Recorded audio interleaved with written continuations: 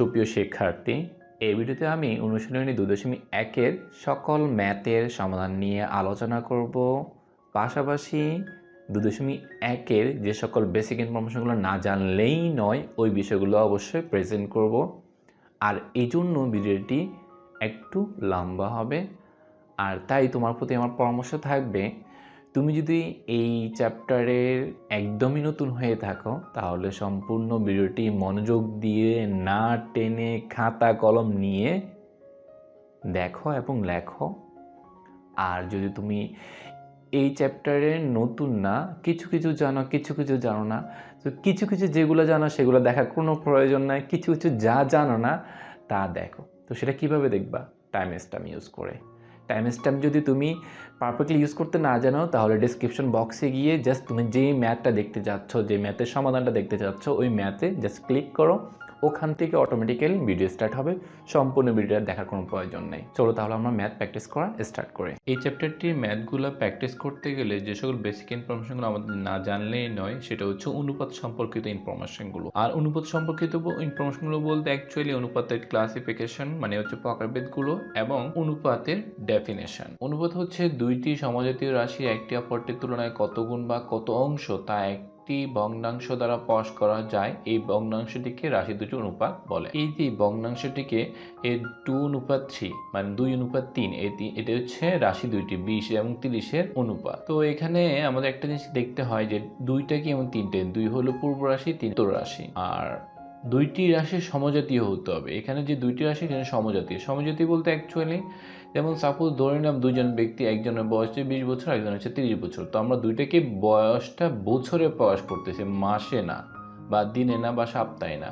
যদি দিনে প্রকাশ করে তাহলে দিনে প্রকাশ করতে মানে এককটা একই রকম হতে হবে, সমজাতীয় হতে হবে এখানে বলতেছে, ঠিক আছে? তো এই বস্তুর দিকে অবশ্যই খেয়াল রাখতে হবে অনুপাতের ক্ষেত্রে। আর অনুপাতের ক্ষেত্রে অবশ্যই দুইটি বস্তুর ক্ষেত্রে আমরা অনুপাতটা করে থাকি, কারণ দুই বস্তুর মধ্যে আমাদের কম্পেয়ার করাটা অনেক ইজি হয়ে যায়। যেমনটা আমরা দেখতে পাচ্ছি রাশি দুটি সমজাতীয় বলে অনুপাতের কোনো একক নেই। এই রাশি দুটি সমজাতীয় বলে কোনো অনুপাতে একক নয়। যেমন আমরা দেখতে পাচ্ছি, দেখো দুইজন ব্যক্তি একই কাজ করে, একজনের লাগে হচ্ছে কত 30 সেকেন্ড, আরেকজনের হচ্ছে কত 1 মিনিট। এখন যদি আমি মিনিট দিয়ে আরেকজনের সাথে কম্পেয়ার করতে যাই তাহলে কিন্তু এটা অনুপাত করা পসিবল না। যার জন্য আমি 1 মিনিট না লিখেছি যে 60 সেকেন্ড, কারণ পূর্বে যে 30 সেকেন্ড আমরা দিয়েছি সেটা সেকেন্ডের ছিল। এই জন্য পরবর্তীতে ওই ব্যক্তিটা, দ্বিতীয় ব্যক্তি যে কাজটা করেছিল একই কাজটি, তার লিখেছে 1 মিনিট, কিন্তু আমি 1 মিনিট না বলে বলতেছি 60 সেকেন্ড। আর পূর্বে যে কাজটি করছে তার ক্ষেত্রে আমি বলতেছি 30 সেকেন্ড। যদি মিনিটে বলে দুইটাকে মিনিটে বলতে হবে, যদি সেকেন্ডে বলে তাহলে দুইটাকে সেকেন্ড বলতে হবে। আর যদি দুইটাকে একই এককে প্রকাশ করা না যায় তো ওই ক্ষেত্রে আমরা অনুপাতটা করতে পারি না, অনুপাত করা যাবেও না। ঠিক আছে, আশা করি তুমি বুঝতে পেরেছ। এর পরবর্তীতে আমরা জানতে পারি হচ্ছে গিয়ে আমাদের সমতুল অনুপাত। সমতুল অনুপাতটা কি? কোনো অনুপাতের পূর্ব উত্তর রাশিকে শূন্য ব্যতীত কোনো সংখ্যা দ্বারা গুণ বা ভাগ করলে অনুপাতের মানের কোনো পরিবর্তন হয় না, এর উপর অনুপাতকে সমতুল অনুপাত বলে। যেমন আমরা এখানে দেখতে পাচ্ছি 2 এবং 5-এর অনুপাত হচ্ছে, আমরা এটা অনুপাতটাকে আমরা এভাবে দেখাতে পারি, কিন্তু অনুপাত 2:5 এটাকে আমরা দেখাতে পারি 5/2 এভাবেও দেখানো যায়। দুইটা কথা একইটাই, দুইটা একই কথায় মিন করে। সো এখন দেখো আমি উপরের লবকে এবং নিচে হরকে, লবটা হচ্ছে অ্যাকচুয়ালি পূর্ব রাশি আর নিচেরটা উত্তর রাশি। পূর্ব রাশি উত্তর রাশি মনে রাখার একটা সহজ ট্রিক্স হচ্ছে উপরটা মানে পূর্বে যেটা থাকে সেটা পূর্ব রাশি আর পরে যেটা থাকে সেটা হচ্ছে উত্তর রাশি। আমরা এখানে কি করেছি, 2কে 2 দ্বারা গুণ করেছি এবং 5কে 2 দ্বারা, মানে একই সংখ্যা দ্বারা গুণ করলে আমরা পাচ্ছি হচ্ছে কত 10/4 বা 4:10। এখন খেয়াল করে দেখা গেল 2:5 ও 4:10 দুটো কি সমতুল অনুপাত। মানে কি বলেছে, কোনো অনুপাতে পূর্ব উত্তর রাশিকে শূন্য ব্যতীত কোনো সংখ্যা দ্বারা গুণ বা ভাগ করলে অনুপাতের মানের কোনো পরিবর্তন হয় না। এই যে আমি এই দুইটাকে 2 দ্বারা গুণ করার কারণে 2 দ্বারা গুণ করার কারণে পেয়েছি কত 4 আর 10। আমি যদি আবার এই 4 আর 10কে যদি 2 দ্বারা ভাগ করে দিই তাহলে আবার কি পাবো, এই 2 এবং 5 মানে 2:5 এটাই পাবো। আশা করি তুমি সমতুল অনুপাতটি বুঝতে পেরেছো। এরপর আমাদের হচ্ছে কি সরল অনুপাত। অনুপাতে দুইটি রাশি থাকলে তাকে সরল অনুপাত বলে। যেমন এখানে আমরা দেখতে পাচ্ছি 2:5 এখানে কয়টি রাশি, দুইটি রাশি। এখানে 4:5 এখানে কয়টি রাশি, দুইটি রাশি। এই যে এখানে দুইটি রাশি একসাথে আছে, মাঝে মধ্যে আমার 3টি রাশি হয়ে থাকে, 4টি রাশি হয়ে থাকে, তখন কিন্তু এটাকে আমরা সরল অনুপাত বলতে পারি না। কিন্তু এখানে মাত্র দুইটি আছে, যার জন্য আমরা এটাকে বলবো স্বর অনুপাত। দুইটির বেশি হলে আমরা তখন তাকে স্বর অনুপাত বলবো না। লঘু অনুপাত স্বর অনুপাতের পূর্ব রাশি উত্তর রাশি থেকে ছোট হলে তাকে লঘু অনুপাত বলে। যেমন আমরা দেখতে পাচ্ছি 3:5 এবং 4:7। আমরা এখানে দুইটা অনুপাতের ক্ষেত্রে দেখতে পাচ্ছি যে পূর্ব রাশিটা উত্তর রাশি থেকে ছোট, যেমন 7 এবং 4-এর মধ্যে 4টা ছোট, 4টা হচ্ছে পূর্ব রাশি। একইভাবে 3:5-এর মধ্যে 3টা ছোট 5-এর তুলনায়। ঠিক আছে, তার মানে পূর্ব রাশিগুলা ছোট। এরপর আমরা দেখতে পাচ্ছি হচ্ছে গিয়ে গুরু অনুপাত। কোনো স্বর অনুপাতের পূর্ব রাশি উত্তর রাশি থেকে বড়, মানে এটার উল্টো, আর একটা হচ্ছে লঘু অনুপাতের উল্টোটা হচ্ছে গুরু অনুপাত। যেমন আমরা দেখতে পাচ্ছি 5:3। 5:3-এর মধ্যে 5টা বড়, মানে পূর্ব রাশিটা বড়, উত্তর রাশিটা ছোট। আর এখানে ছিল কি পূর্ব রাশিটা ছোট, উত্তর রাশিটা বড় ছিল। যেমন আমরা এখানে দেখতে পাচ্ছি 4:7-এর মধ্যে 4টা ছোট, 7টা বড়, মানে 4টা ছিল পূর্ব রাশি। আর এখানে দেখতে পাচ্ছি 7:4। 7টা হচ্ছে পূর্ব রাশি আর 4টা হচ্ছে উত্তর রাশি। যে এখানে কিনা আমরা দেখতে পাচ্ছি পূর্ব রাশিটা বড়, উত্তর রাশিটা ছোট। তো আমরা এই দুটিকে আরেকটা বিষয়ের সাথে কম্পেয়ার করতে পারি, সেটা হচ্ছে ভগ্নাংশ। এই লঘু অনুপাতকে আমরা প্রকৃত ভগ্নাংশের সাথে কম্পেয়ার করতে পারি, গুরু অনুপাতকে আমরা অপ্রকৃত ভগ্নাংশের সাথে কম্পেয়ার করতে পারি। কখন কম্পেয়ার করতে পারবো? যখন কিনা এই অনুপাতটাকে আমরা ভগ্নাংশ আকারে অ্যাক্সেস করব। যেমনটা কিনা আমরা জানি যে অনুপাতটাকে আমরা এভাবে ভাগ আকারে প্রকাশ করতে পারি। অনুপাত এটা 2:5 যে কথা, 5/2ও ঠিক একই কথা মিন করে। তো যখনই আমরা ভগ্নাংশ আকারে যাবে তখন আমরা এটা বলতে পারি যে প্রকৃত ভগ্নাংশ। যেমন 5/2 এটা হচ্ছে একটি প্রকৃত ভগ্নাংশ। প্রকৃত ভগ্নাংশ কি? যে ভগ্নাংশের লব ছোট, হর বড়। উপর অংশটাকে আমরা লব বলি, ভগ্নাংশের ক্ষেত্রে নিচেরটাকে আমরা হর বলি। তো যে ভগ্নাংশের লব ছোট, হর বড় তাকে আমরা বলি প্রকৃত ভগ্নাংশ। আর যে ভগ্নাংশের লব বড়, হর ছোট, মানে প্রকৃত ভগ্নাংশের উল্টো কথাটা হচ্ছে অপ্রকৃত ভগ্নাংশ। তো যে ভগ্নাংশের লব ছোট, হর বড় তাকে আমরা প্রকৃত ভগ্নাংশ বলি। যেমনটা কিনা আমরা লঘু অনুপাতের ক্ষেত্রে দেখতে পাচ্ছি যে আমরা এই 4:7কে যদি আমরা ভগ্নাংশ আকারে এক্সপ্রেস করি তাহলে দেখতে পাচ্ছি 4 মানে 7/4। তখন 4টা হচ্ছে লব আর 7টা হচ্ছে হর, যেখানে কিনা আমরা দেখতে পাচ্ছি প্রকৃত ভগ্নাংশের সাথে কম্পেয়ার করতে পারি। ঠিক অনুরূপভাবে গুরু অনুপাতকে আমরা অপ্রকৃত ভগ্নাংশের সাথে কম্পেয়ার করতে পারি। এরপর আমরা দেখতে পাচ্ছি একক অনুপাত। যে স্বর অনুপাতের পূর্ব রাশি উত্তর রাশি সমান সে অনুপাতকে একক অনুপাত বলে। যেমন আমরা দেখতে পাচ্ছি 15:15 = 1:1। কিভাবে পেয়েছি? দুইটা একই রকম হওয়ার কারণে, পূর্ব রাশি এবং উত্তর রাশি দুইটা সেম হওয়ার কারণে আমরা দুইটাকে 15 দ্বারা ভাগ করে দিলাম। তো 15 দ্বারা ভাগ করে দিলে অবশ্যই কি থাকে? 1:1। তো আমরা এটাকে বলি একক অনুপাত। ব্যস্ত অনুপাত। ব্যস্ত অনুপাত হচ্ছে কি? স্বর অনুপাতে পূর্ব রাশিকে উত্তর রাশি এবং উত্তর রাশিকে পূর্ব রাশি করে প্রাপ্ত অনুপাতকে পূর্বের অনুপাতের ব্যস্ত অনুপাত বলে। এই যে আমরা যেমন উদাহরণটা খেয়াল করো, 13:5 এর ব্যস্ত অনুপাত হচ্ছে 5:13। 13কে উল্টায় আমি 5-এর জায়গায়, মানে 13কে 5-এর জায়গায় নিলাম, 5কে 13-এর জায়গায় নিয়ে এলাম, তাহলে আমরা পেলাম কি? 5:13। মানে সোজা ভাষা আমরা যেটাকে বলতে পারি যে উল্টানো। ব্যস্ত অনুপাত মানে হচ্ছে অনেকটা উল্টিয়ে দেওয়া। যেমন ভালটা যেমন ছিল 13:5, এটা ভালটা ছিল, তো উল্টায় দিলে তাহলে কি হবে? 5:13। ঠিক আছে। সো ব্যস্ত অনুপাতটা আমরা বীজগণিতের ক্ষেত্রে তোমার উপরে ক্লাসগুলোতে এবং তোমাদের ক্লাসও তুমি অনেক ব্যবহার দেখতে পাবা। সো এই জিনিসটা ভালো করে আয়ত্ত করে নাও। ক্লাস 6 থেকে ধরে ক্লাস 7, 8, 9, 10 অন্যান্য বীজগণিতে যে ম্যাথগুলো ইউজ করা হয়ে থাকে, ম্যাথের মধ্যে প্রায় সময় ব্যস্ত অনুপাত আমরা অ্যাপ্লাই করি। সো এটা ভালো করে আয়ত্ত করো। আমার এটা হচ্ছে জাস্ট উল্টানো, জাস্ট এই কথা মনে রাখো। এরপর আমরা দেখতে পাই মিশ্র অনুপাত, মানে মিক্সড টাইপ। কেমন?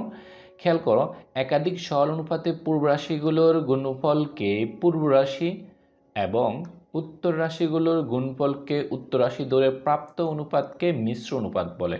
যেমন আমরা দেখতে পাচ্ছি 2:3 এবং 5:7 দুইটা কি? সরল অনুপাত। আমরা সরল অনুপাত কি বলেছিলাম?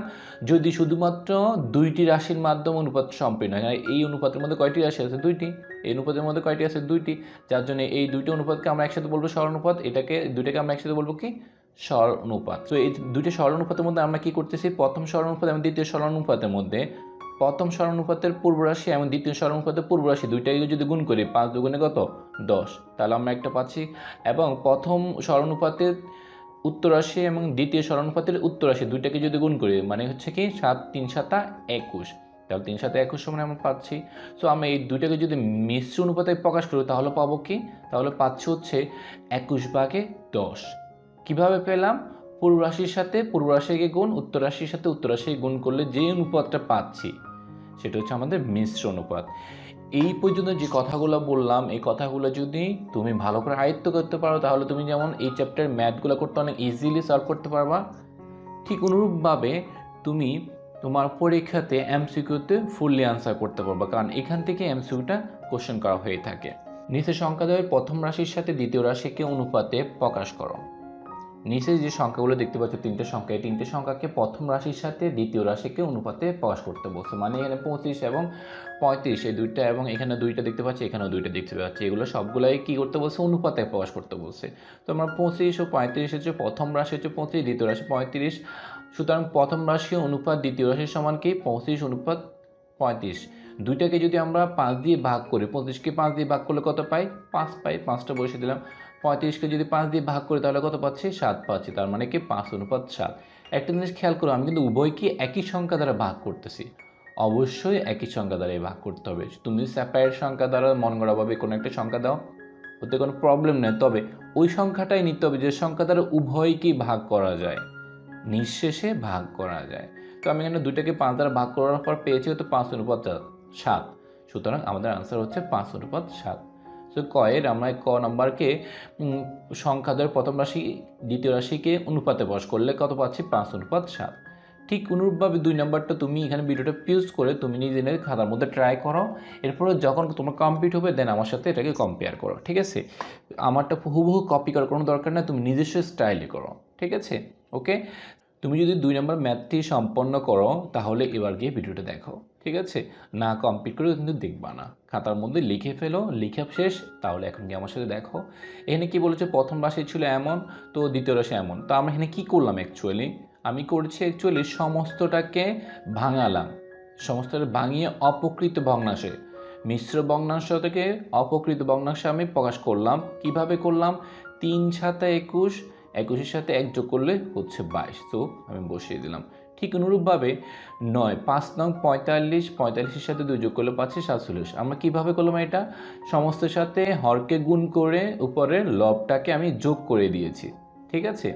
এরপরে আমরা প্রথম রাশি অনুপাত দ্বিতীয় রাশি লিখলে পাচ্ছি প্রথম রাশি এটা আমি বসিয়ে দিলাম, দ্বিতীয় রাশি এটাও এখানে বসিয়ে দিলাম। বসানোর পর আমরা দেখতে পাচ্ছি এখানে ভগ্নাংশ আকারে আছে, প্রথম রাশি ভগ্নাংশ আকারে, দ্বিতীয় রাশি ভগ্নাংশ আকারে, তাহলে তো আমরা অনুপাত এক্সপ্রেস করতে পারতেছি না, এটা একটা প্রবলেম, রাইট? তো এই প্রবলেমটা সলভ করার জন্য আমরা কি করতেছি? নিচে যে দুইটা সংখ্যা আছে 3 আর 5, এতে দুইটাকে গুণ করলে কত পাচ্ছি? 15। আর এই 15 দিয়ে প্রথম রাশি এবং দ্বিতীয় রাশি উভয়কে কি করলাম? গুণ করে দিলাম, দেখতে পাচ্ছ? দুইটাকে গুণ করলাম। এখন তুমি তো বলতে পারো যে এখানে আমি 15 দ্বারা গুণ করেছি, তাহলে কেন নিচে গুণ করি নাই, তাই না? অ্যাকচুয়ালি 15 দ্বারা আমি গুণ করতেছি, তার মানে উপরে গুণ হবে, নিচে না, কারণ আমি পুরোটা রাশিকে যেহেতু গুণ করতেছি তাহলে এটাকে আমরা এভাবেই লেখা যায়। দেন এভাবে লিখলে 15 আর 3 কাটাকাটি করলে 3 দিয়ে ভাগ করলে পাচ্ছি 5, বসিয়ে দিলাম। আর 3কে 3 দ্বারা ভাগ করলে পাচ্ছি কি 1। আমরা কাটাকাটি বা ভাগ করে কীভাবে? একই সংখ্যা দ্বারা করতে, একটা ডিফারেন্স না। যেমন লবকে এবং হরকে উভয়কে আমি 3 দ্বারা ভাগ করেছি, যার জন্য 5 পেয়েছি, মানে 5 পেয়েছি। আর 5 এবং 15কে আমি 5 দ্বারা ভাগ করেছি, যার জন্য কি 5কে 5 দ্বারা ভাগ করলে পাচ্ছি 1, নিচে 1 থাকা মানে একটা আমাকে না দেখালেও চলে। আর 15কে আমি 5 দ্বারা ভাগ করলে পাচ্ছি কত? 3, সো এটা বসিয়ে দিলাম। এখন আমরা তাহলে কি পেয়েছি? 5 দিয়ে 22কে গুণ করলে পাচ্ছি হচ্ছে 110, ঠিক অনুরূপভাবে 3 দিয়ে 47কে গুণ করলে পাচ্ছি হচ্ছে 141। সুতরাং আমাদের প্রথম রাশি এবং দ্বিতীয় রাশি এই ক্ষয়ের অনুপাতটা হচ্ছে 110 অনুপাত 141, এটা হচ্ছে আমাদের আনসার। সেকেন্ড, ঘ নম্বরটা ঠিক একই রকম পাবে, তবে এখানে একটা ডিফারেন্স আছে, সেটা হচ্ছে কি এককের ক্ষেত্রে। আমরা জানি অনুপাতের ক্ষেত্রে একই রকম একক হতে হবে, মানে সমজাতীয় হতে হবে, ডিফারেন্স হলে হবে না।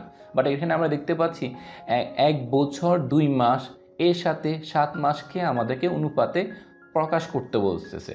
তা আমরা প্রথম রাশির এককের সাথে দ্বিতীয় রাশি এককে মিলতেছে না, আমাদেরকে অবশ্যই এককটা মিলাই নিতে হবে, তারপর আমরা ম্যাথটা সলভ করতে পারবো।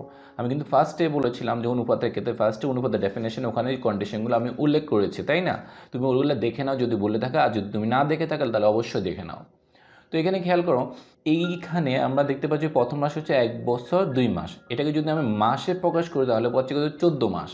দ্বিতীয় রাশিটা 7 মাস যা আছে, তাহলে আমরা চেঞ্জ করা লাগতেছে না। এখন তোমার মধ্যে কোশ্চেন জাগতে পারে যে আমি কেন মাসে প্রকাশ করলাম, বছরে প্রকাশ করলাম না কেন? কারণ দেখো, আমাদের প্রথম রাশির মধ্যে বলছে 1 বছর 2 মাস। 1 বছর 2 মাসকে যদি বছরে নিই তাহলে আমাদের যতটা সহজে আমরা এক্সপ্রেস করতে পারবো যতটা সহজে দুই এবং পরবর্তী দ্বিতীয় রাশিকেও বুঝতে প্রকাশ করতে পারবো, তার থেকে সহজ হচ্ছে কি প্রথম রাশিকেও মাসে নিয়ে যাওয়া, দ্বিতীয় রাশিকেও মাসে নিয়ে যাওয়া, কারণ তাতে করে আমাদের ক্যালকুলেশনটা ইজি হয়। তোমার যদি এই ডিজিটগুলো না আসে, অন্য ডিজিট আসে, সাপোজ তোমার এখানে আসলো কি 7 মাসের জায়গায় আসলো 24 মাস, এখানে আসলো কি, এখানে আসলো সাপোজ 36 মাস আসলো, ঠিক আছে, তাহলে 3 12 কত 36, তাহলে তুমি এখানে বস্তুটা প্রকাশ করতে পারো, ঠিক আছে ওই ক্ষেত্রে।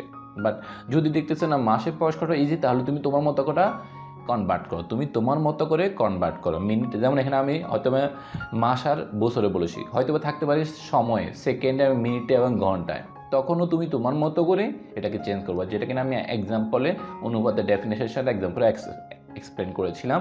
ওখানে বলেছিলাম যে সেকেন্ডে থাকলে সেকেন্ডের সাথে সেকেন্ড কম্পেয়ার করতে হবে, মিনিটে থাকলে মিনিটের সাথে মিনিটকে কম্পেয়ার করতে হবে। দেন আমরা পাচ্ছি কি প্রথম রাশি অনুপাত দ্বিতীয় রাশির সমান কি 14:7। 14 এবং 7 দুইটাকে দেখো একই সংখ্যা দ্বারা ভাগ করা যায়, কোন সংখ্যা 7 দ্বারা। 14কে 7 দ্বারা ভাগ করলে পাচ্ছি 2 এবং 7কে 7 দ্বারা ভাগ করলে পাচ্ছি 1। সুতরাং আমাদের আনসারটি হচ্ছে কি 2:1। ওকে, আশা করি তুমি বুঝতে পেরেছো। এরপর আমাদের বাকি ঘ নাম্বার ম্যাথটি। ঘ নাম্বার ম্যাথে কি বলতেছে খেয়াল করে দেখো। এখানে তুমি এই ম্যাথটা আমি দেখার আগে তুমি নিজে নিজে করতে ট্রাই করো, তারপরে ভিডিওটা দেখবে। আমি কিন্তু বারবার বলতেছি যে তুমি ফার্স্ট নিজে দেখো, নিজে খাতার মধ্যে লেখো, যেহেতু ফার্স্টটা এবং সেকেন্ডটা তুমি বুঝতে পেরেছো, তাহলে এগুলো না দেখে লেখো, এরপর আমার একটার সাথে কম্পেয়ার করো। এখানে আমার পূর্বের ম্যাথটার মতো এখানেও সেম কন্ডিশন, এখানে কেজিতে এবং গ্রামে দুইটাভাবে এক্সপ্রেস করা হচ্ছে। প্রথম রাশি হচ্ছে কি 7 কেজি, দ্বিতীয় রাশি হচ্ছে কি 2 কেজি 300 গ্রাম। তো আমি প্রথম রাশিকে যদি 7 কেজি যদি গ্রামে প্রকাশ করি, তাহলে পাচ্ছি 7000 গ্রাম। আমরা জানি 1 কেজি সমান 1000 গ্রাম। তো 1 কেজি সমান 1000 গ্রাম হলে 7 কেজি সমান 7000 গ্রাম, 1000 দিয়ে গুণ করে দিলাম। ঠিক অনুরূপভাবে দ্বিতীয় রাশিটা কি 2 কেজি 300 গ্রাম। 2 কেজি সমান মানে হচ্ছে 2000 গ্রাম, আর গ্রাম 300 গ্রামটা আছে, যোগ করে দিলাম। যোগ করার পর আমরা পাচ্ছি কি 2300 গ্রাম, মানে 2300 গ্রাম। এখন আমরা প্রথম রাশি অনুপাত দ্বিতীয় রাশি, যেহেতু দুইটারই একক মিলে গিয়েছে, তাহলে আমরা অনুপাতটা করতে পারি। তো যার জন্য 7000 অনুপাত 2300 মানে 2300। এখন উভয়কে আমরা 100 দ্বারা যদি ভাগ করি, তাহলে পাচ্ছি কত 70 অনুপাত 23। আর এটি হচ্ছে আমাদের আনসার। কারণ আমাদের যদি আরও ডিভিশন করা যেত আমরা কিন্তু করতাম, যেহেতু আমাদের আর যাচ্ছে না, অনলি 100 দ্বারা যাচ্ছে, জ্বালানোর জন্য আমরা থেমে গেলাম। ওকে, সো এটা হচ্ছে আমাদের আনসার। ঠিক অনুরূপভাবে দ্বিতীয়টা আমি কিন্তু সময়, সেকেন্ড এবং কি কেজি, গ্রাম, মিনিট সব কিছু নিয়ে বলেছি, টাকাটা এখনো আসে না, তাই না? এখানে দেখো 2 টাকার সাথে 40 পয়সাকে আমাদেরকে বলতে হচ্ছে অনুপাতে প্রকাশ করতে বলছে। প্রথম রাশিটা কি 2 টাকা, 2 টাকা সমান কত 200 পয়সা। আমরা জানি 1 টাকা সমান 100 পয়সা, তার মানে 2 টাকা সমান 200 পয়সা। আর দ্বিতীয় রাশি কি 40 পয়সা। এখন দেখো দুইটা যেহেতু পয়সা আকারে, মানে দুইটারই এককটা সেম হয়ে গেছে, দুইটারই একক, এটার এককও পয়সা, এটার এককও পয়সা। তো যেহেতু দুইটার একক মিলে গিয়েছে, যেটা দুইটাই সমজাতীয় সমধর্মীয়, তার কারণে আমরা অনুপাত করতে পারি। সুতরাং প্রথম রাশি অনুপাত দ্বিতীয় রাশির সমান 200 অনুপাত 400। আমি কিন্তু অনুপাতে কিন্তু এককটা ইউজ করতেছি না, কেন? আমাদের সাধারণত জানি যে সমজাতীয় হওয়ার কারণে আমাদের এককটা হয় না। এটা আমি ফার্স্টে বলেছিলাম যে সমজাতীয় থাকার কারণে অনুপাতে এককটা প্রকাশ করা লাগে না। কোথায়? আনসারে। ওকে, এখানে না কিন্তু আবার। তো 200 অনুপাত 40কে যদি আমরা 40 দ্বারা ভাগ করি দুইটাকে, তাহলে কত পাচ্ছি? 200কে 40 দ্বারা ভাগ করলে কত পাচ্ছি? 5, এবং 40কে 40 দ্বারা ভাগ করলে পাচ্ছি 1। আর এটি হচ্ছে আমাদের আনসার। আশা করি তুমি বুঝতে পেরেছো। আমাদের এরপরে 2 নম্বর ম্যাথ। 2 নম্বর ম্যাথে কি বলতেছে? নিচের অনুপাতগুলোকে সরলীকরণ করো, মানে সহজ সরলভাবে প্রেজেন্ট করতে বলতেছে, রাইট? এখানে ক নম্বরে বলছে 9 অনুপাত 12। প্রদত্ত অনুপাত কি পেয়েছি আমরা? 9 অনুপাত 12, যাকে কিনা আমরা 3 দ্বারা যদি উভয়কে ভাগ করে দিই, তাহলে পাবো হচ্ছে কত 3 অনুপাত 4, মানে 9কে 3 দ্বারা ভাগ করলে পাচ্ছি 3, 12কে 3 দ্বারা ভাগ করলে পাচ্ছি হচ্ছে কি 4। সুতরাং সরল অনুপাত হচ্ছে কি 3 অনুপাত 4, আর এটি হচ্ছে আমাদের আনসার। আমাদের সরলীকরণ করতে হবে, আমাদের সহজ সরলভাবে ডিভিশন করে ছোটোভাবে অনেকটা লঘিষ্ঠ আকারে প্রকাশ করতে হবে। ওকে, তো তার জন্য আমরা কিন্তু ভাগ করেছি। এরপরে দ্বিতীয়টাও ঠিক এক অনুরূপভাবে দুইটা কি পদার্থ অনুপাতকে আমরা 3 দ্বারা ভাগ করলে পাচ্ছি 5 অনুপাত 7। এরপরে এটা হচ্ছে আমাদের আনসার। অনুরূপভাবে গ এবং গ দুইটা ভিডিওটা স্টপ করে তুমি করে ফেলো, দেন গিয়ে দেখো, ঠিক আছে? ওকে, তোমার যদি কমপ্লিট হয়ে যায় দেখো এবার আমাদের ঠিক অনুরূপভাবে এইটাও পদার্থ অনুপাত, আমরা দুইটাকে কি দ্বারা ভাগ করছি? 45কে 9 দ্বারা এবং 36কেও 9 দ্বারা ভাগ করলে পাচ্ছি 5 অনুপাত 4। দেন আমাদের আনসারটা হয়ে গেল। ঠিক অনুরূপভাবে দেখো তিনোটা ম্যাথই মানে চারোটা ম্যাথই সেম, একদম সেম, ডিফারেন্স কিছুই না, জাস্ট আমরা লঘিষ্ঠ আকারে প্রকাশ করতেছি, মানে হচ্ছে কি আমরা ভাগ করে ছোট করে ফেলতেছি। ওকে, সো কখনো যদি সরলীকরণ করতে বলে তার মানে বুঝে নিয়ে যে তোমার লঘিষ্ঠ আকার মানে অনেকটা হচ্ছে ডিভিশন করে ভাগ করে ছোট, যতটা ছোট ফর্মে নেওয়া যায়। যেমন আমরা দেখতে পাই 65 এবং 26কে আমরা 13 দ্বারা ভাগ করেছি, আবার এখানে আমরা 9 দ্বারা ভাগ করতেছি। আমি কিন্তু 45 এবং 36কে 3 দ্বারা ভাগ করতে পারতাম না? অবশ্যই পারতাম। যেখানে কিনা আমরা 9 দ্বারা ভাগ করতেছি সেখানে 3 দ্বারাও ভাগ করা যাইতো, বাট আমরা দেখতে পাচ্ছি 3 থেকে আরও বড় সংখ্যা নেওয়া যায় কিনা আমরা সেটা চেক করব। দেখতে পাচ্ছি 3 থেকে বড় 9 দ্বারা যায়, যার জন্য আমরা 9তে গিয়ে থামলাম। ঠিক আছে, এই দুটোর ক্ষেত্রে দেখো 3-এ বেশি যাচ্ছে না, যার জন্য 3-এই আমরা স্টপ হয়ে গেলাম। সো ভাগ করার ক্ষেত্রে যত বড় সংখ্যা দ্বারা ভাগ করে যত ছোট করা যায় এটার দিকে খেয়াল করবা সরলীকরণের ক্ষেত্রে। 3 নম্বর ম্যাথ, নিচের সমতুল অনুপাতগুলো খালি ঘরগুলো পূরণ করো। যে খালি বক্সগুলো দেওয়া আছে এই বক্সগুলো আমরা জানি না এখানে কত, বাট আমরা লজিক্যালি এখানকার অ্যান্সারটা আমাদের বের করতে হবে। যেমন এখানে ক নাম্বারে কি বলছে, প্রশ্নে যা ছিল আমরা তা বসালাম, এরপরে সমাধান দেওয়া আছে যেটা সেটা উল্লেখ করলাম। আমি যেভাবে গুছিয়ে লিখতেছি অবশ্যই তুমি ওভাবে লিখতে ট্রাই করো, আর যদি তুমি তোমার স্টাইল লেখো প্রবলেম না, আমার মতো লিখতে হবে, আমরা কিন্তু কথা নয়, কিন্তু অবশ্যই লজিক্যালি প্রেজেন্ট করতে হবে। ওকে, দেন আমরা জানি যে 2:3 এটাকে আমরা ভগ্নাংশ আকারে যদি প্রকাশ করি 3-এর ভাগে 2 এবং 8 অনুপাত বক্স, সো বক্স ভাগে 8, আর একটা হচ্ছে এমনই। এরপরে কি করতেছি আমরা আড়াআড়ি গুণ করতেছি, আড়াআড়ি মানে কোনাকুনি। ঠিক আছে, মানে একটা কোনাকুনি যদি গুণ করি, সমান চিহ্নের কোনাকুনিকে যদি গুণ করি তাহলে কি হয়, যেমন 8-এর সাথে 3 গুণ করলে হয় 3-8, মানে 8 আর 3 এভাবে চলে আসে, বক্স আর 2 এভাবে গুণাকারে চলে আসে। আমরা এটা কিন্তু ভগ্নাংশ আকারে যখন থাকে আমরা এভাবে করতে পারি, নিয়ম আছে আমাদের। ঠিক আছে, সো কখনো যদি উভয় পাশে এভাবে ভগ্নাংশ থাকে, যদি প্লাস মাইনাস না থাকে, তাহলে আমরা এভাবে আড়াআড়ি গুণ করতে পারি। ঠিক আছে, যেমন এখানকার এই দ্বিতীয় ভগ্নাংশের এই পাশে ডান পাশে যে লবের সাথে বাম পাশে হরের সাথে গুণ করেছি, এবং বাম পাশের লবের সাথে ডান পাশের হরকে গুণ করলে যা হয় তা আমরা এটাকে এভাবে লিখতে পারি। এরপরে কি করলাম, 8 আর 3, এখন যেহেতু বক্সের ভ্যালুটা বাইর করতে হবে তাহলে বক্সের সাথে যে সংখ্যাটা আছে তাকে তাড়াই দিতে হবে। তাড়াই কোন দিকে নিব, অবশ্যই সমান চিহ্নে বাম থেকে ডান দিকে নিতে হবে, সমান চিহ্নে বাম দিকে আনতে হবে। সমান চিহ্নে বাম দিকে আনতে হলে কি হয়, আমরা জানি যে সমান চিহ্নের বাম পাশ থেকে ডান পাশে, মানে ডান পাশ থেকে বাম পাশে যদি কোনো কিছু নিতে হয় তাহলে চিহ্নগুলো চেঞ্জ হয়। যেমন বক্সের সাথে 2টা গুণাকারে আছে, যার জন্য যেহেতু বাম পাশ থেকে ডান পাশে আসবে গুণাকারে ছিল তাহলে ভাগাকারে পরিণত হবে। তো 3 আর 24, 24ই থাকলো, আর 2 দ্বারা আমরা ভাগ আকারে নিয়ে আসলাম, আর একটা হচ্ছে 2/24, বা এটাকে আমরা লিখতে পারি 2 বা পাশাপাশি লেখা যায়, কোনো প্রবলেম নেই। সো এইভাবে লিখলে অনেক ইজি হয়, এই জন্য আমরা এভাবে লিখলাম। এরপরে 24 এবং 2 দুইটাকে যদি আমি 2 দ্বারা ভাগ করি তাহলে কত পাচ্ছি, 12। তার মানে আমার বক্সের ভ্যালু হচ্ছে 12। ঠিক অনুরূপভাবে আমাদের খ নাম্বার, ঘ নাম্বার এই তিনটাই করতে হবে। সো তুমি এখানে ভিডিওটা পিউজ করে ভিডিওটা থামিয়ে তুমি নিজে নিজে 3টে করো, তোমার করা শেষ হলে এরপরে বাকি ম্যাথগুলোর সলিউশনটা দেখো। তো তোমার যদি এখন করা শেষ হয়ে যায় তাহলে দেখো এখানে কি বলতেছে, খতেও সেমভাবে এখানে দেওয়া আছে, যেমনটা ছিল আমরা তেমন উল্লেখ করলাম, দেওয়া আছে। এরপর কি করেছি, মানে অনুপাতটাকে ভগ্নাংশে প্রকাশ করলাম। প্রকাশ করার পরবর্তীতে আমরা আড়াআড়ি গুণ করলাম, এই যে কোনাকুনি, আড়াআড়ি মানে কোনাকুনি গুণ করলাম। প্রথম ভগ্নাংশের মানে বাম পক্ষের লবের সাথে ডান পক্ষের হরকে গুণ করলাম, পেয়েছি কত, 5 গুণ 36। আবার বাম পাশের হরের সাথে ডান পাশে লবকে গুণলাম, বক্স 6 গুণ বক্স। এখন 5 দ্বারা 36কে ভাগ করলে পাচ্ছি কত, 180। আর বক্সের সাথে যে সংখ্যাটা আছে সেটাকে আমি ডান পাশে তাড়িয়ে দিচ্ছি, যেহেতু বক্সের সাথে গুণ আকারে ছিল যার জন্য এ পাশে আসার কারণে একটা ভাগ আকারে চলে আসছে। আর আমরা জানি যে বক্সের পাশে যেহেতু গুণাকার ছিল পাশে ভাগাকার চলে আসছে, আর বক্সের সাথে কোনো সংখ্যা আমরা রাখবো না, যদি সংখ্যাটা রাখি তাহলে কিন্তু আমরা বক্সের ভ্যালুটা বাই করতে পারতেছি না, তাই না? আমাদের যদি বক্সের ভ্যালুটাই বাই করতে হবে, আমাদের বলছে যে নিচের সমতুল অনুপাতগুলো খালি ঘর পূরণ করো, খালি ঘর পূরণ করো। তুমি যদি সমতল অনুপাত কাকে বলে না জানো তাহলে ফার্স্টে ভিডিওর প্রথম অংশটা দেখে নাও, ওখানে আমি এক্সপ্লেন করেছি। তো তাহলে আমরা কি পেয়েছি, তাহলে বক্সের ভ্যালু হচ্ছে 180কে 6 দ্বারা ভাগ করলে 5 হচ্ছে 30, আর এটাই হচ্ছে আমাদের আনসার। অনুরূপভাবে 7 নম্বর ম্যাথটি আমাদের সেম। এখানে আমরা অনুপাতগুলোকে যদি ভগ্নাংশে প্রকাশ করি তাহলে আমরা এমনটা দেখতে পাই। এর পরবর্তীতে কী করলাম, আবার পুনরায় আড়াআড়িভাবে গুণ করলাম, আড়াআড়িভাবে গুণ করার মাধ্যমে আমরা এই লাইনটা পেলাম, যেখানে কিনা আমি পূর্বে এটা নিয়ে রিসার্চ করেছি। অনুরূপভাবে আমরা এই যে বক্সের সাথে যে ডিজিটটা ছিল সেটাকে ডান পাশে নিয়ে গেলে ভাগাকারে চলে আসে, এরপর ক্যালকুলেশন করলে আমরা বক্সের মান পাচ্ছি হচ্ছে 9, আর এটি হচ্ছে আমাদের আনসার। অনুরূপভাবে আমাদের ঘ নাম্বারটিও। সো আমরা এটাকে কী করলাম, অনুপাত আকারে ছিল ভগ্নাংশ আকারে প্রকাশ করলাম, এর পরবর্তী এনে আড়াআড়ি গুণ করার মাধ্যমে এই লাইনটা পেলাম। এর পরবর্তীতে কী করেছি, বক্সের সাথে যে সংখ্যাটা ছিল সেই সংখ্যাটাকে ডান পাশে তাড়িয়ে দেওয়ার মাধ্যমে সেটা গুণাকারে ছিল ভাগাকারে রূপান্তরিত হয়ে যায়, আর এটাকে ভাগ বা ক্যালকুলেশন করলে সম্পূর্ণটাকে আমরা পাচ্ছি হচ্ছে 7। আর এই হচ্ছে আমাদের 3 নাম্বারটা। আশা করি তোমরা বুঝতে পেরেছ।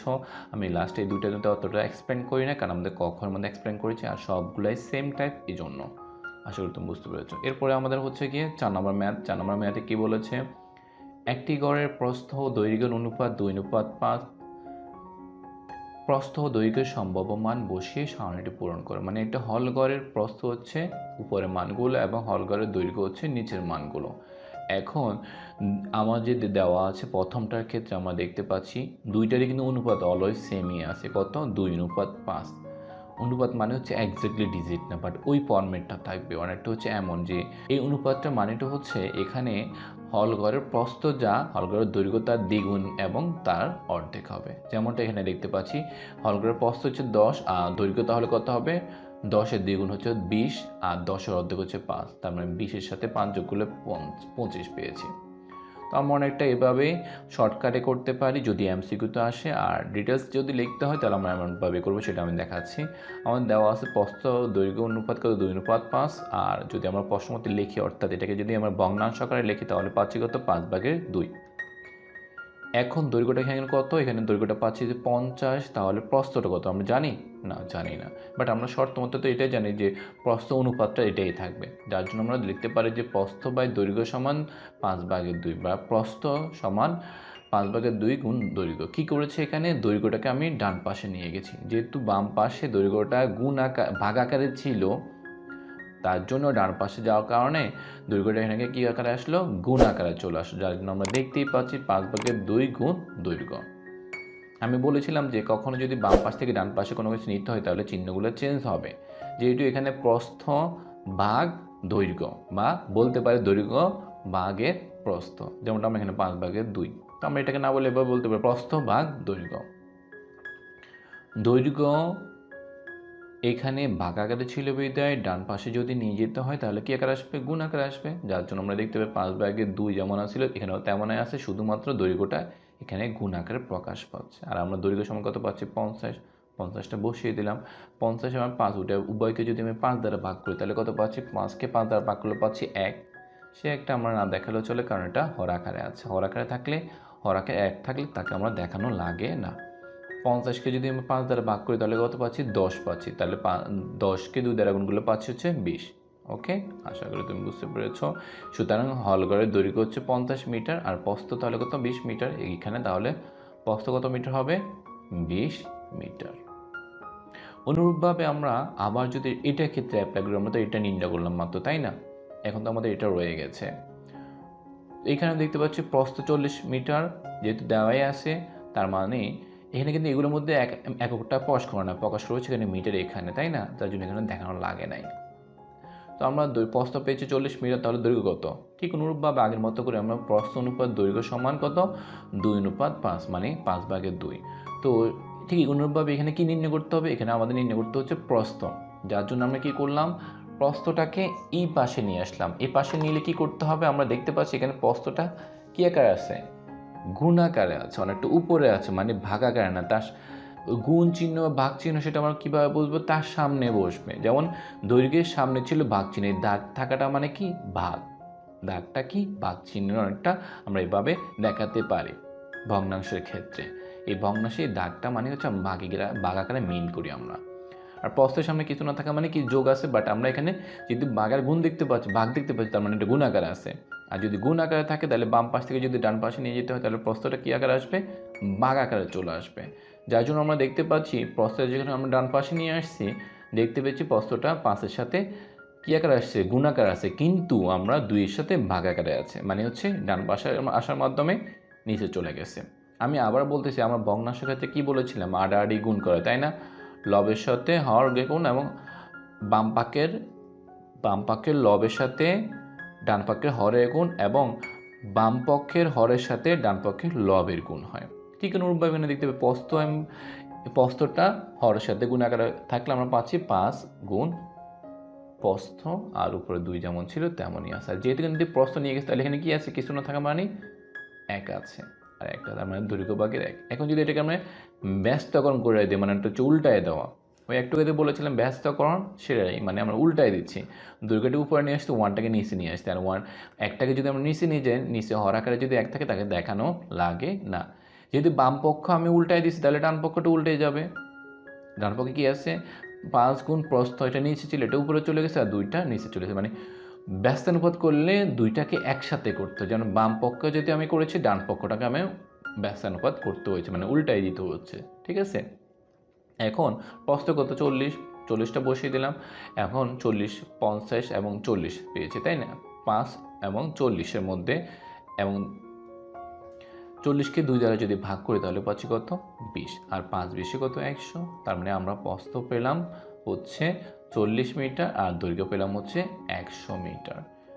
এর পরবর্তীতে আমাদের যে বাকি দুটো আছে, বাকি দুটো ঠিক অনুরূপভাবে এমনই হবে, যেমনটা এটা হচ্ছে এটা মতন, একটা হচ্ছে দেখো এখানে দৈর্ঘ্য 200 মিটার, এটার মধ্যে এখানে 50 মিটার ছিল, ঠিক অনুরূপভাবে ক্যালকুলেশনগুলো আমরা এখানে পাচ্ছি 80 মিটার। সুতরাং হলঘরের দৈর্ঘ্য 20 মিটার, 200 মিটার এবং প্রস্থ 80 মিটার। প্রস্থ এটাও ঠিক অনেকটা এটা মতো, এই ম্যাথটাই, এই ক্যালকুলেশনটাও এটা মতো। কীভাবে, এখানে প্রস্থ যা ছিল তা, দৈর্ঘ্য যা ছিল তা অনেকটা এখানে যেভাবে ক্যালকুলেশন ঠিক হুবহুবভাবে এখানেও তাই রিপিট করেছি, জাস্ট এখানে ক্যালকুলেশন করলে আমরা পাচ্ছি হতে 400। ওকে, আশা করি তুমি বুঝতে পেরেছ। তুমি যদি এটা যদি না বুঝো তাহলে এটা বুঝবে না, যার জন্য এটা ভালো করে দেখো। আমি কিন্তু আবার বলতেছি, খেয়াল করে দেখো। প্রস্থ 40 মিটার, সুতরাং দৈর্ঘ্য প্রস্থ আমরা শর্তানুপাতে যেটা পেয়েছি, আমাদের এখানে দৈর্ঘ্য প্রস্থ অনুপাত ছিল, এটা বসালাম। এরপরে 5/2 ছিল। এরপরে কী করছি, আমি প্রস্থটাকে এই পাশে নিয়ে আসলাম, আড়াআড়ি গুণ করার মাধ্যমে আমরা পেয়েছি 5 গুণ প্রস্থ। এরপরে এই লাইনে কি করেছি, এখানে 1 চলে আসছে, যেহেতু প্রস্থটা ডান পাশে চলে আসছে, কিছু না থাকা মানে 1 আছে। আমি এখানে পাশাপাশি লিখেছি, তুমি নিচে নিচে লিখবা। আর এই যে এখানে আমরা এটাকে কী করলাম, ব্যস্তানুপাত করলাম। প্রথম ভগ্নাংশ উল্টায় দেওয়ার কারণে দ্বিতীয় ভগ্নাংশ মানে ডান পাশে ভগ্নাংশটাকে উল্টায় দিতে হয়েছে, মানে ব্যস্তানুপাত করতে হয়েছে। এরপরে আমরা মানটা বসিয়ে ক্যালকুলেশন করলে পাচ্ছি 100। ঠিক অনুরূপভাবে এটার মতো করে এটাও করতে হবে, আর এটা যেভাবে ক্যালকুলেশন করতে ঠিক অনুরূপভাবে এটাও করতে হবে। আশা করি তুমি বুঝতে পেরেছ। চলো আমরা পরবর্তী ম্যাথে তাহলে চলে যাই।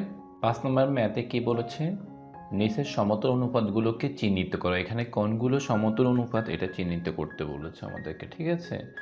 তো এখানে আমাদের যদি আমরা স্টেপ বাই স্টেপ কমপ্লিট করতে থাকি, আমাদের যেমন এখানে ফার্স্টে বলছে 12:18, এটার মধ্যে আমরা কি সমতল অনুপাতটি পাচ্ছি হচ্ছে 2:3। কীভাবে পেলাম, আমরা 12:18কে ফার্স্টে ভগ্নাংশ আকারে লিখলাম। এর পরবর্তীতে 12কে আমি কত দ্বারা ভাগ করেছি, 6 দ্বারা, এবং 18কে 6 দ্বারা। 12কে 6 দ্বারা ভাগ করলে পেলাম হচ্ছে 2, এবং 18কে যদি 6 দ্বারা ভাগ করি তাহলে পেয়েছি কত, 3। 3 6 18, 3। এবার এই যে ভগ্নাংশটাকে আমরা অনুপাতে প্রকাশ করলে পেয়েছি কত, 2:3। তার মানে 12:18 সমতল অনুপাত হচ্ছে 2:3। ঠিক অনুরূপভাবে আমরা যদি পরবর্তী 6:18টা করি, ঠিক অনুরূপভাবে এই ম্যাথটার মতো করে আমরা এটাকে কমপ্লিট করতে পারি, ঠিক আছে? তো আমি প্রথম দুটো দেখালাম, বাকি যেগুলো দেখতে পাচ্ছ এগুলো ঠিক একইভাবে করতে হবে। এগুলো তুমি ভিডিওটা এখানে পিউজ করে তুমি নিজে করে ফেলো। ওকে, তোমার যদি করা কমপ্লিট হয়ে যায় তাহলে পরবর্তীগুলো দেখায়। একইভাবে আমরা এটার মধ্যে কি করেছি, এখানে 5 দ্বারা ভাগ করেছি, এখানে কি করেছি, এখানে 3 দ্বারা ভাগ করেছি, এটাতে কত দ্বারা ভাগ করেছি, 2 দ্বারা, এবং এটাতে কত দ্বারা, এটাতে করেছি আমরা 4 দ্বারা ভাগ করেছি। তো দেখো আমি ফার্স্ট দুটো এক্সপ্লেন করেছি, পরবর্তীগুলো এক্সপ্লেন করি না, পরবর্তীগুলো সেমভাবে রিপিট হয়েছে, ডিফারেন্স না, ঠিক আছে? আশা করি তুমি বুঝতে পেরেছো। এর পরবর্তীতে 6 নম্বর ম্যাথে আমরা কি দেখতে পাচ্ছি, নিচের সরল অনুপাতগুলোকে মিশ্র অনুপাতে প্রকাশ করো। এখানে দুইটি ম্যাথ আছে, আমি ফার্স্টটা বলবো, এরপর ইউজ করে তুমি পরবর্তীটা নিজে করবা। ওকে, তো এখানে ফার্স্টে যে প্রশ্ন তুললাম, এরপর আমরা সমাধান অনুপাত তিনটির পূর্ব রাশিগুলো গুণফল। এখানে কয়টি অনুপাত পেয়েছি? তিনটি অনুপাত পেয়েছি। প্রথম অনুপাত, দ্বিতীয় অনুপাত ও তৃতীয় অনুপাত। প্রথম অনুপাত হচ্ছে 3:5, দ্বিতীয় অনুপাত হচ্ছে 5:7, তৃতীয় অনুপাত হচ্ছে 7:9। এই অনুপাত তিনটির পূর্ব রাশিগুলো গুণফল। প্রথম অনুপাতের পূর্ব রাশি হচ্ছে 3, দ্বিতীয় অনুপাতের পূর্ব রাশি হচ্ছে 5, তৃতীয় অনুপাতের পূর্ব রাশি হচ্ছে 7। তার মানে 3 গুণ 5 গুণ 7 যদি গুণ করি তাহলে কত পাচ্ছি? 105 পাচ্ছি। অনুরূপভাবে উত্তর রাশিগুলো, প্রথম অনুপাতের উত্তর রাশি 5, দ্বিতীয় অনুপাতের উত্তর রাশি 7 এবং তৃতীয় অনুপাতের উত্তর রাশি 9কে যদি গুণ করি আমরা পাচ্ছি কত? 315। এখন যদি অনুপাত আকারে আমরা প্রকাশ করি তাহলে পাচ্ছি কত? 105:315। এখন এই দুটোকে যদি আমরা ভাগ করি তাহলে পেলাম কত? 1:3। আর এই দুটোকে আমরা 105 দ্বারা ভাগ করলাম। প্রথম রাশি মানে পূর্ব রাশিকে আমরা কত দ্বারা ভাগ করেছি? 105 দ্বারা, এবং উত্তর রাশিকে আমরা 105 দ্বারা ভাগ করলাম, পেলাম কত? 1:3। আর এটি হচ্ছে আমাদের মিশ্র অনুপাত। তার মানে কয়ের মিশ্র অনুপাত হচ্ছে 1:3। কটা যদি কমপ্লিট, ঘটা তুমি ভিডিওটা পিউজ করে এখানেই কমপ্লিট করে ফেলো। তুমি নিজে নিজে করো, এরপর ভিডিওটা আবার রিজাম করে তুমি দেখো। ঠিক অনুরূপভাবে দেখো আমাদের ঘটাও হচ্ছে কয়ের মতো করে কমপ্লিট করা হয়েছে। সো এই জন্য আমি ঘটাটা এক্সপ্লেন করতেছি না, সেমভাবে রিপিট, একদম সেম টু সেম, জাস্ট ডিজিটগুলো ডিফারেন্স, আর কিছুই না। এখানে 7 নম্বরটা কি বলেছে? 7 নম্বর বলছে 9:16 অনুপাত থেকে ব্যস্ত অনুপাতে পার্শ্ব। ব্যস্ত অনুপাত মনে আছে তো? আমি বলেছিলাম ব্যস্ত অনুপাত হচ্ছে মানে অনেকটা উল্টায় দেওয়া, ঠিক আছে? সো কত অনুপাত 9:16 এর ব্যস্ত অনুপাত কত? 9টাকে 16 জায়গায় নিয়ে গেলাম, 16টাকে 9 জায়গায় নিয়ে আসলাম, নিয়ে আসলে কত হচ্ছে? 16:9। তার মানে 9:16 এর ব্যস্ত অনুপাত হচ্ছে 16:9। সো এটা যদি তুমি বুঝে থাকো, আমি নিশ্চয়ই একটা দিলাম, এটার অনুপাতটা তুমি নির্ণয় করো। যদি নির্ণয় করে ফেলো তাহলে কমেন্ট বক্সে এটা কমেন্ট করে আনসারটা দাও। ওকে, এরপরে হচ্ছে গিয়ে আমাদের 8 নম্বর ম্যাথে। 8 নম্বর ম্যাথে কি বলেছে? নিম্নের অনুপাতগুলোর একটি একক অনুপাত। এখানে ক, খ, গ এই তিনটে অনুপাত দেখতে পাচ্ছি। তিনটে অনুপাতের কোনটি একক অনুপাত আমাদেরকে এটা নির্ণয় করতে বলছে। তো একক অনুপাতটা কি অ্যাকচুয়ালি আমাদের সেটা জানা থাকতে হবে, ঠিক আছে? তো এটা ডেফিনেশনটা ফার্স্টে একদম ভিডিও ফার্স্টে এক্সপ্লেন করেছিল, তুমি দেখে নাও যদি না দেখে থাকো। আর একক অনুপাতের একটা ফার্স্ট যে কন্ডিশন সেটা হচ্ছে কি পূর্ব রাশি এবং উত্তর রাশি দুইটাই সমান হতে হবে। তো পূর্ব রাশি এবং উত্তর রাশি সমান হতে হলে আমরা দেখতে ঘতে পূর্ব রাশি এবং উত্তর রাশি দুইটাই সমান, যার জন্য আমরা বলতে পারি যে গ নাম্বারটি হচ্ছে একক অনুপাত, কারণ ঘয়ের পূর্ব রাশি এবং উত্তর রাশি দুইটাই সেম। এর পরবর্তীতে 9 নম্বরে কি বলেছে? 550 টাকাকে 5:6 ও 4:7 অনুপাতে ভাগ করো। মানে 550 টাকা একবার ভাগ করতে বলছে কত টাকা? 5:6 আকারে, আবার করতে বলছে কত? 4:7 আকারে। তো মানে আমাদের এই ম্যাথটা দুইটা খণ্ড। প্রথম খণ্ডের আমরা কি পাচ্ছি? প্রথম খণ্ডের পাচ্ছি হচ্ছে টাকার অনুপাত হচ্ছে 5:6। আর এই প্রথম খণ্ডের পূর্ব রাশি উত্তর রাশির যোগফল কত? 5 আর 6 যদি যোগ করি তাহলে কত পাচ্ছি? 11। তাহলে আমরা প্রথম অংশের ক্ষেত্রে এখানে প্রথম অংশ মানে এই 550 টাকার 11/5 অংশ কত? প্রথম অংশ কত? 5:6। এটা কিন্তু অনুপাত, এক্স্যাক্টলি মান না। তার মানে 5 অনুপাত যেটা বলতেছি সেটা আসলে কত? তো আমরা যে যোগফল সমষ্টিটা পেয়েছি 550 টাকার 11/5 অংশ সমান 50 গুণ 5 টাকা। কীভাবে পেলাম? 11 দ্বারা 11কে ভাগ করলে পেলাম হচ্ছে 1, যেটা কিনা এই 5-এর নিচে 1 আছে, একটাকে না দেখালেও চলে। আবার এই 11 দ্বারা যে 11কে ভাগ করেছি, সেই 11 দ্বারা আমরা 550কে ভাগ করলাম, ভাগ করলে কত পাচ্ছি? 50। এরপর 5 দ্বারা যদি 50 গুণ করি তাহলে পাচ্ছি হচ্ছে 250। তার মানে হচ্ছে এই যে 5 অনুপাতে দিয়ে 5, এটা হচ্ছে কত? 250। এর দ্বিতীয় অংশ, প্রথম অংশ 5 ছিল, দ্বিতীয় অংশ 6, মানে 5:6। দ্বিতীয় অংশের মধ্যে কি? 550 টাকার 11/6 অংশ সমান। ঠিক এখানেও তাই, 11 দ্বারা 11কে ভাগ করলাম, 550কে 11 দ্বারা ভাগ করলে পাচ্ছি হচ্ছে কত? 50। দেন 50কে 60 দ্বারা গুণ করলে পাচ্ছি হচ্ছে কত? 300 টাকা। তাহলে 550 টাকাকে 5:6 অনুপাতে যদি ভাগ করলে অংশ দেওয়া হয় কত? যথাক্রম 250 টাকা এবং 300 টাকা। তার মানে 550 টাকাকে যদি আমরা 5:6 আকারে সেপারেট করে অনুপাতে ভাগ করি। সাপোজ তোমাকে আমি 550 টাকা দিলাম, দিয়ে বললাম যে 2জন ব্যক্তি আছে, এই 2জন ব্যক্তি হচ্ছে তো এই 2জন ব্যক্তিকে একজনকে 5 অনুপাত এবং 6 অনুপাত এই আকারে তোমার সামনে যে 2জন ব্যক্তি আছে তাদেরকে টাকাগুলো ভাগ করে দাও। তাহলে কি করবা? এই যে ম্যাথ, এটা তুমি যদি জানা থাকে তোমার জন্য এটা সলভ করা একদম ইজি, তাই না? ঠিক অনুরূপভাবে এখন তোমাকে সাপোজ বলতেছে না 5 অনুপাত 6 না 4 অনুপাত 7 আকারে করো। 4 অনুপাতের 7 আকারে যদি করতে বলে তাহলে কি করতে হবে? এখানে ঠিক একই রকমভাবে আগেরটা যেভাবে করছি সেমভাবে দ্বিতীয় খণ্ডটা আমরা সেমভাবে করব। টাকার অনুপাত কত? 4 অনুপাত 7। আর পূর্বা সূত্র রাশির যোগফল কত? 4 আর 7 যোগ করলে কত? 11। আর প্রথম অংশ কত? 550 টাকা, 11/4 টাকা। ঠিক অনুরূপভাবে দেখো আমি রিপিট করেছি। তো এখানে কি প্রথম অংশ হচ্ছে 4, দ্বিতীয় অংশ হচ্ছে 7। তার মানে প্রথম অংশ সমান 550 টাকার 11/4 অংশ সমান 50 গুণ 4। 11কে 11 দ্বারা ভাগ করলে পাচ্ছি 1, যেটা কিনা 4 নিচে 1 আছে, আমার এই একটা না দেখালেও চলে। এরপর 550কে 11 দ্বারা যদি ভাগ করে তাহলে পাচ্ছি কত? পাচ্ছি 50। আর 50কে যদি 4 দ্বারা গুণ করি তাহলে পেলাম কত? 200 টাকা। দ্বিতীয় অংশ যেটা কিনা আমাদের এখানে যোগফল হচ্ছে 11, তো 550 টাকা 11/7 অংশ সমান 50 গুণ 7 টাকা সমান 350 টাকা। এখানে আমরা তাহলে পেলাম হচ্ছে কত? 550 টাকাকে 4 অনুপাত 7 অনুপাতে ভাগ করলে অংশ দেওয়া হয় যথাক্রমে 200 টাকা ও 350 টাকা। প্রথম ক্ষেত্রে সাপোজ আমি তোমাকে 550 টাকা দিলাম, তোমাকে দিয়ে বললাম তোমার সামনে 2জন ব্যক্তি আছে, তাদেরকে 5 অনুপাত 6 অনুপাতে 5/6 আকার তুমি তাদেরকে ভাগ করে দাও টাকাটা। তাহলে প্রথম স্টাইলে করবা।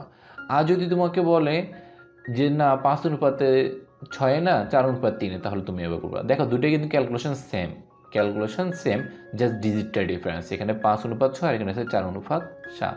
ডিফারেন্সটা শুধু এখানে, আর কিছুই না, যার জন্য আমাদের ডিফারেন্স হয়, মানে ডিফারেন্স আসছে। ঠিক আছে, আশা করি তুমি বুঝতে পেরেছো।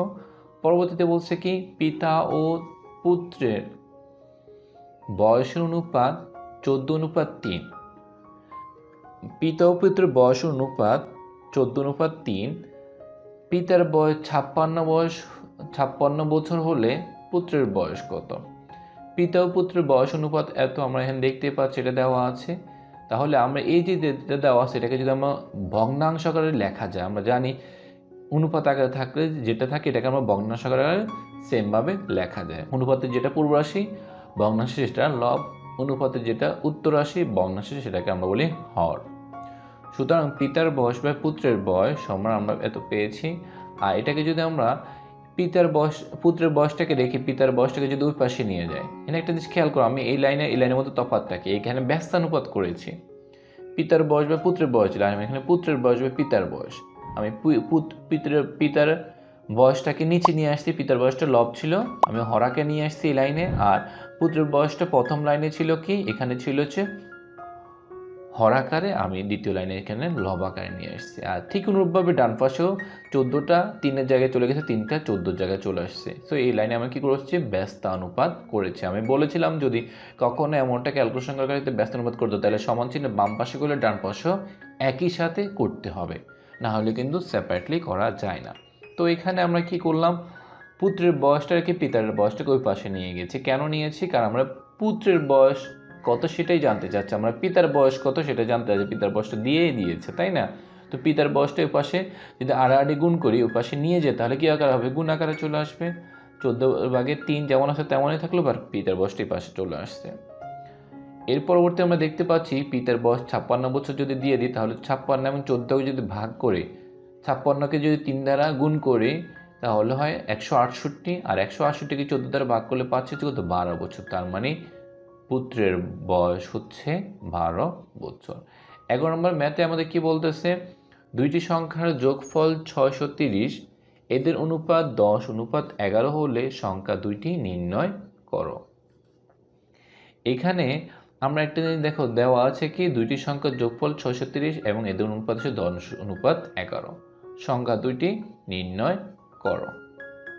অনেকটা একটু আগে যে আমরা বললাম ওই 550 টাকা ঠিক ওটার মতো করে 550 টাকায় যে 5/6 এবং 6/4/7 আকারে লিখতে মানে আমাদের ভাগ করে দিতে বলতেছে, ঠিক অনেকটা 11 নম্বরটাও সেম। এবং 630টাকে আমরা দুইটি সংখ্যা 10 এবং 11 অনুপাতে ডিভাইড করে ফেলতে হবে। তো এই দুইটাকে যদি আমরা যোগ করে কত পাচ্ছি, 21 পাচ্ছি। এরপরে প্রথম অংশ হচ্ছে 10, তার মানে 630-এর 21 ভাগে 10 সমষ্টি যা ছিল এই পূর্ব রাশি এবং উত্তর রাশির সমষ্টি ভাগের প্রথম অংশ 10। এরপর 21কে 21 দ্বারা ভাগ করলে পাচ্ছি হচ্ছে 11, 1, যেহেতু একটা আছে একটা না দেখালেও চলে। আর 630কে 21 দ্বারা ভাগ করলে পাচ্ছি হচ্ছে 30, আর যদি 30 এবং 10কে যদি গুণ করি তাহলে পাচ্ছি 300। ঠিক অনুরূপভাবে দ্বিতীয় অংশটা আমরা পেলাম কত, 330। সুতরাং সংখ্যা দুইটি 300 ও 330। একদম সিম্পল, তাই না? আমরা কি করছি, ফার্স্টে আমার দেওয়া ছিল যা তা উল্লেখ করলাম, এরপর পূর্ব রাশি এবং উত্তর রাশি যোগ করলাম, এরপর প্রথম অংশ কি সমষ্টি যা ছিল 21 ভাগের প্রথম অংশ যেটা ছিল 10, 10টা বসালাম। দ্বিতীয় অংশের ক্ষেত্র 630-এর 21 ভাগের দ্বিতীয় অংশ যা 11 ছিল 11 বসালাম। এরপরে ক্যালকুলেশন করলাম, এটা 630কে 21 দ্বারা ভাগ করলাম এবং 630কে 21 দ্বারা ভাগ করলে নিচে 1 থাকে, এখানে 30 হয়, এখানে 30 হয়। সো আমরা আনসার হচ্ছে একটা হচ্ছে 300, একটা হচ্ছে 330। এরপর 12 নম্বরে কি বলতেছে, দুইটি বইয়ের মূল্য 5:7, দ্বিতীয়টির মূল্য 84 টাকা হলে প্রথমটির মূল্য কত? এখানে দুইটি বইয়ের মূল্যের অনুপাত, প্রথমটির আনুপাতিক মানে অনুপাত অনুসারে মূল্যটা হচ্ছে 5 আর দ্বিতীয়টা হচ্ছে 7, কিন্তু এক্স্যাক্টলি দ্বিতীয়টার অনুপাত মূল্য কত, 84 টাকা। তো আমরা দেওয়া আছে যা সেটা উল্লেখ করলাম যে দেওয়া আছে দ্বিতীয় বইটির মূল্য 84 টাকা, বই দুইটির মূল্য অনুপাত হচ্ছে 5:7। এখন যেহেতু আমাদেরকে উল্লেখ করে দেয় নাই প্রথম বই কোনটা দ্বিতীয় বই কোনটা, যেহেতু বলে না, তাহলে আমরা নিজেদের মতো করে অলওয়েজ এই জিনিসটা সেম রাখবো, মানে প্রথম যেটা থাকবে সেটাকে আমি প্রথমে ধরবো, তাই না? সো এখানে 5:7-এর মধ্যে থেকে আমরা লিখলাম প্রথম বইটির মূল্য বাই দ্বিতীয় বইটির মূল্য সমান, এই যে 5:7কে আমরা ভগ্নাংশ করে লিখলে এভাবেই লিখতে পারি, কারণ আমরা জানি যে ভগ্নাংশের অনুপাতের ক্ষেত্রে যেটা লব, ভগ্নাংশের ক্ষেত্রে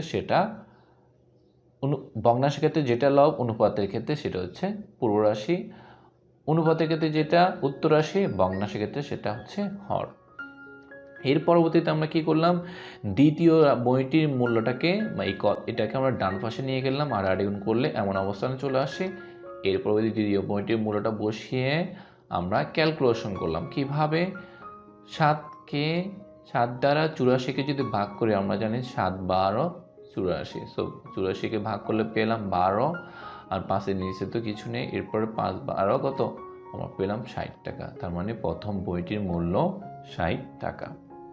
এর পরবর্তীতে 13 নম্বরে কি বলতেছে আমাদেরকে, 13 নম্বরে বলতেছে 18 ক্যারেটের 20 গ্রাম ওজনের সোনার গহনায় সোনা ও খাদের অনুপাত 3:1 হলে ওই গহনায় সোনা ও খাদের পরিমাণ নির্ণয় করে। এখানে খাদ বলতে কি, এই জিনিসটা তোমার কোশ্চেন জাগতে পারে তোমার মনের মধ্যে। খাদ বলতে অ্যাকচুয়ালি ভেজাল, আমরা যেমন খাবারের মধ্যে ভেজাল দেয় না,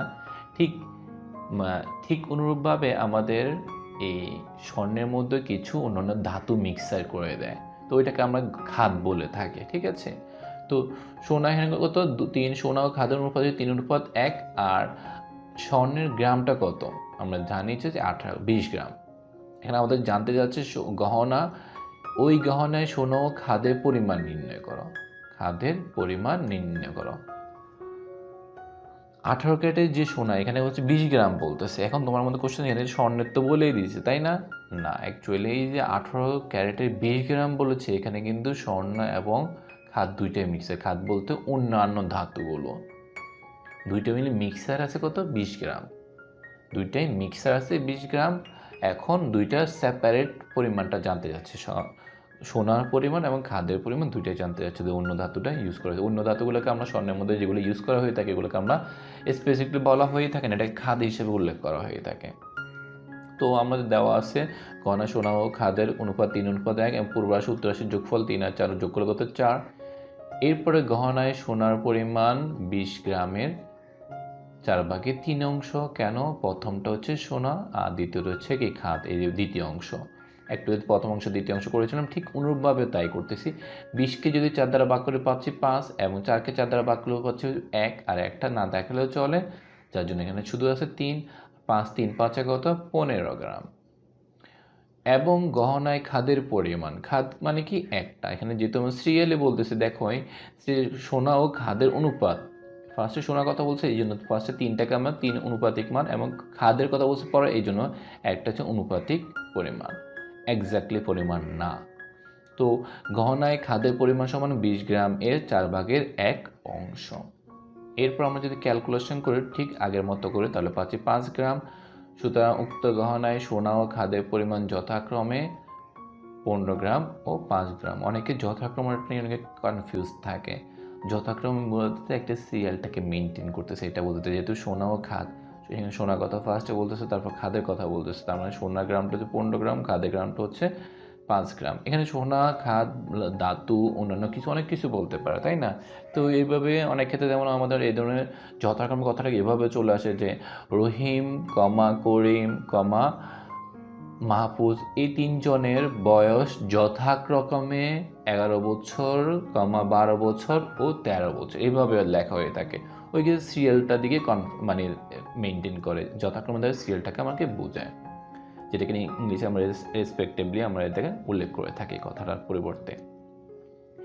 এর পরিবর্তে দেখতে পাচ্ছি দুই বন্ধুর বাড়ি হতে স্কুলে আসা যাওয়ার সময়ের অনুপাত 2:3।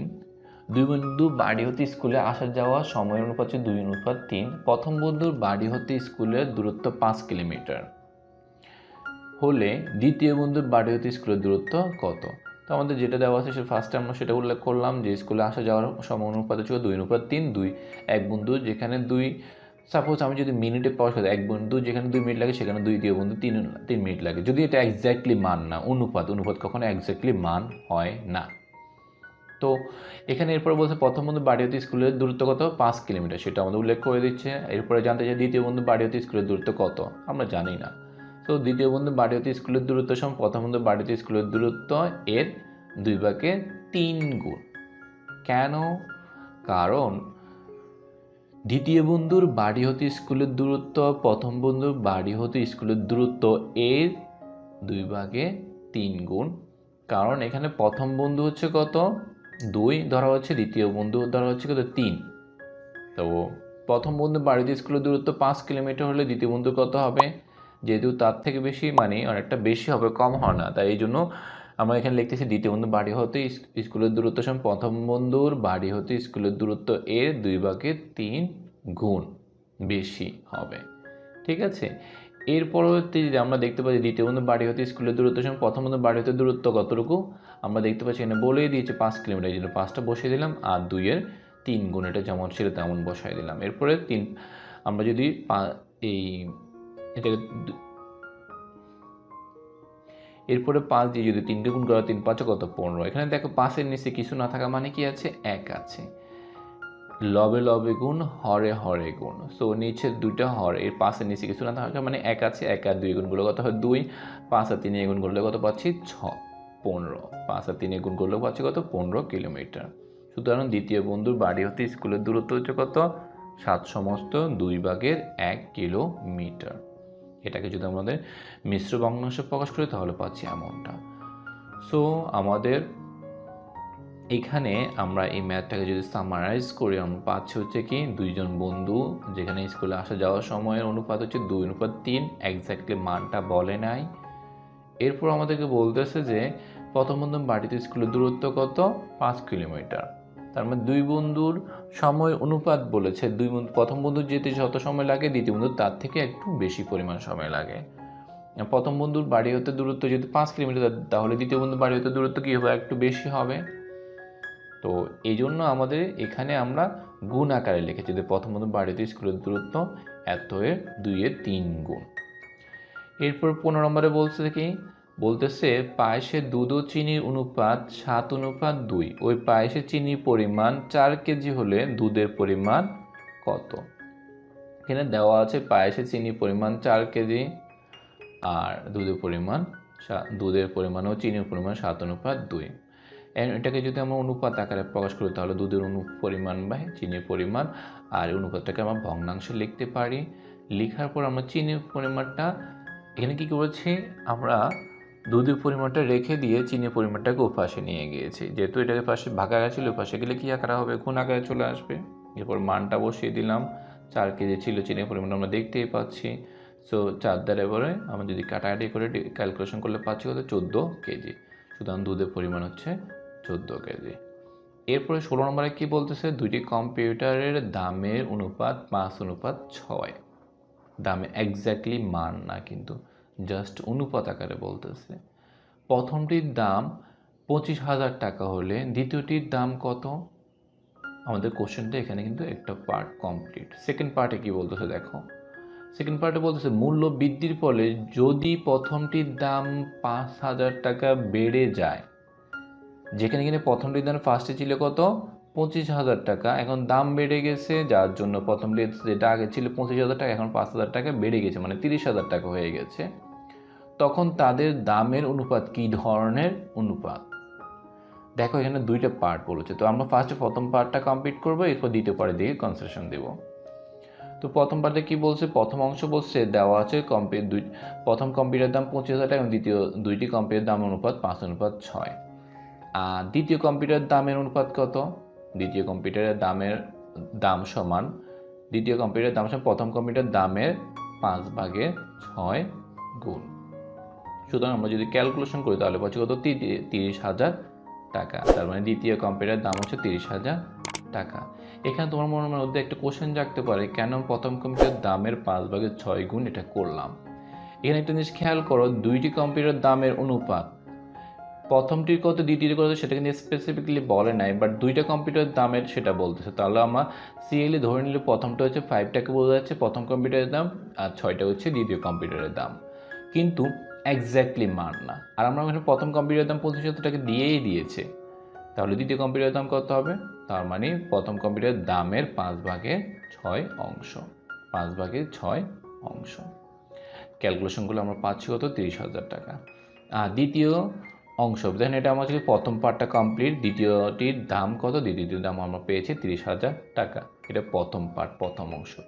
দ্বিতীয় অংশে কি বলতেছে, মূল্য বেড়ে গেছে, আগে দেখে যে কম্পিউটার দাম ছিল 5,000 টাকা, এখন 25,000 টাকা, সেটা এখন হয়ে গেছে কত 5,000 টাকায় 30,000 টাকা হয়ে গেছে।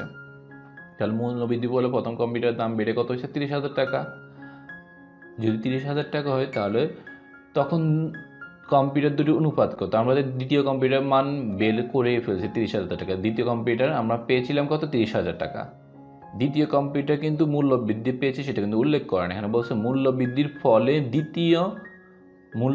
ফলে যদি প্রথমটির কথা বলতেছে, প্রথমটির দাম 5,000 টাকা বেড়ে যায়, দ্বিতীয়টির কথা কিন্তু উল্লেখ করে না। তার মানে দ্বিতীয়টির দাম আগে যা ছিল 30,000 এখনও তাই আছে, শুধুমাত্র প্রথমটির দাম 5,000 বেড়ে গিয়েছে। তখন তাদের দামের অনুপাত কত? তখন কম্পিউটার দুটির দামের অনুপাত 30:30। দুটোকে যদি 30 দ্বারা ভাগ করে 30,000 দ্বারা ভাগ করে তাহলে কত পাচ্ছি 1:1। আর এটি হচ্ছে আমাদের আনসার। আশা করি তুমি বুঝতে পেরেছ। আর এখানে এই কম্পিউটার দুটির দামের অনুপাত হচ্ছে একটি একক অনুপাত, এই কথাটা উল্লেখ করে দিতে হবে, কারণ আমাদের বলছে অনুপাত কী ধরনের অনুপাত জানতে চাচ্ছে, তাই না? তো যেতে পাচ্ছি পূর্ব রাশি এবং উত্তর রাশি দুইটাই সেম, তার মানে এটা হচ্ছে কি, এটা হচ্ছে আমাদের একক অনুপাত। আশা করি তুমি সম্পূর্ণ ভিডিও বুঝতে পেরেছ। যারা সম্পূর্ণ দেখেছো তারা সৃজনশীল এবং এমসিকিউ গাইড থেকে প্র্যাকটিস করতে গেলে কোনো একটা স্পেসিফিক টপিক্সে স্পেসিফিক ডেফিনেশন বা ম্যাথে যদি প্রবলেম ফেস করো তাহলে ভিডিও ওই পার্টটা আবার দেখে নাও। আশা করি তুমি বুঝতে পারবে। এরপর যদি বুঝতে না পারো অবশ্যই আমাকে কমেন্টে জানাও। ভিডিও যদি তোমার ভালো লেগে থাকে, হেল্পফুল মনে হয়ে থাকে, তাহলে অবশ্যই লাইক কমেন্ট করতে বলো না, পাশাপাশি তোমার ফ্রেন্ডদেরকে শেয়ার করতে বলবা না। আর হ্যাঁ, তুমি যদি এখনও চ্যানেলটি সাবস্ক্রাইব করে না থাকো অবশ্যই সাবস্ক্রাইব করে নাও, কারণ প্রতিনিয়ত আমরা এভাবে নতুন নতুন ম্যাথগুলোর সলিউশন নিয়ে হাজির হচ্ছে আমাদের চ্যানেলে। পরবর্তীতে 2.2 এর ভিডিও দেখার আমন্ত্রণ রইল। আল্লাহ হাফেজ।